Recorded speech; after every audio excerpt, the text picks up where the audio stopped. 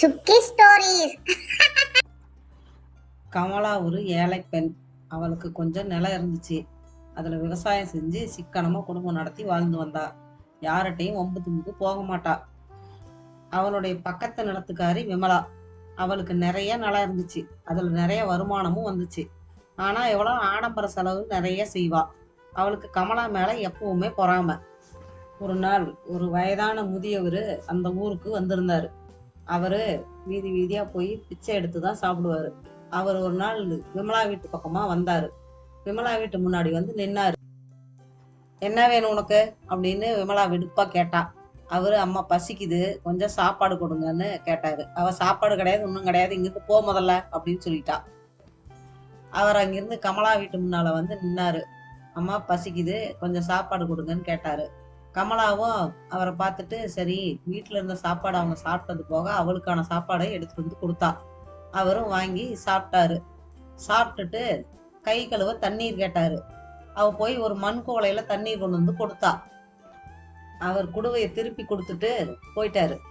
கமலா அதை வாங்கிட்டு போய் வச்சுட்டு காட்டுல வேலை செய்ய வயலுக்கு போயிட்டா. அப்புறமா கொஞ்ச நேரம் கழிச்சு வயல் வேலைகள் எல்லாம் முடிச்சுட்டு அவ திரும்பி வந்து பார்க்கும்போது கை கழுவுறதுக்கும் தண்ணி குடிக்கவும் குடுவையை தேடுனா. அங்க குடுவை இருந்துச்சு. ஆனா அது தங்க குடுவையாவும் இருந்துச்சு. அதுல நிறைய தங்க காசுகள்லாம் இருந்துச்சு. அவளுக்கு மிகவும் சந்தோஷம் ஆயிடுச்சு. அவங்க வீட்டுக்காரர் வந்த உடனே எல்லாத்தையும் சொன்னான். 2 பேரும் சந்தோஷமா அந்த காசுகளை எல்லாம் வித்து வீடு பெருசா கட்டி வசதியா சந்தோஷமா வாழ தொடங்குனாங்க. இத பார்த்து விமலாவுக்கு ஒரே பொறாம.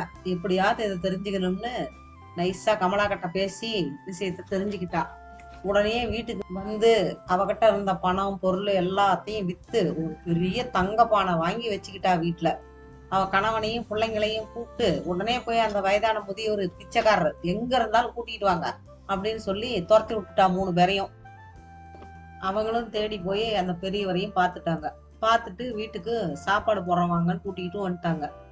அவரை பார்த்து அங்க பக்கத்து வீட்டுல என்ன சாப்பிட்டீங்க நீங்கன்னு கேட்டா.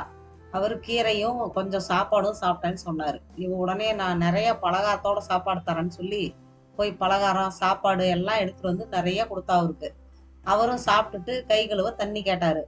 சரின்னு போய் அந்த பெரிய பானையில தண்ணி கொண்டுட்டு வந்து அவரு கை கழுவ கொடுத்தா. கமலா மண் சொம்பு கொடுத்தா. அதுக்கே தங்க பானையா மாத்தி தங்க நிறையாவும் கொடுத்தாரு. நம்ம தங்க சொம்பு கொடுத்தாக்கா வைர சொம்பா மாத்தி நிறைய கொடுப்பாரு அப்படின்னு ஒரு பேராசை அவளுக்கு. அதனால அப்படி பண்ணியிருந்தா. அவர் முதியோர் போன உடனே கொஞ்ச நேரம் கழிச்சு அவசர அவசரமா ஓடி வந்து பானையை பார்த்தவளுக்கு ஒரே அதிர்ச்சி. அந்த பானை அப்படியே மண் குடுவையா மாறி இருந்துச்சு. உள்ள பூரா கல்லும் மண்ணும் நிறைய இருந்துச்சு. இவளுக்கு தெரிஞ்சு போச்சு, பேராசைப்பட்டதுக்கு பெரிய நஷ்டம். இருந்த பொருளை எல்லாம் வித்து தங்க பானையா மாத்திட்டதுனால அவ ஏழை ஆயிட்டா. அதுக்கப்புறம் அந்த முதியோரை போய் தேடி எங்கேயுமே அவரு கிடைக்கவே இல்லை. அதனால நாம எப்பவும் யாரை பார்த்தும் பேராசைப்படவும் கூடாது, பொறாமப்படவும் கூடாது. இந்த ஸ்டோரி உங்களுக்கு பிடிச்சிருந்தா லைக் பண்ணுங்க, ஷேர் பண்ணுங்க, கமெண்ட் பண்ணுங்க. மறக்காம சுக்கி ஸ்டோரிஸ் சேனலை சப்ஸ்கிரைப் பண்ணுங்க.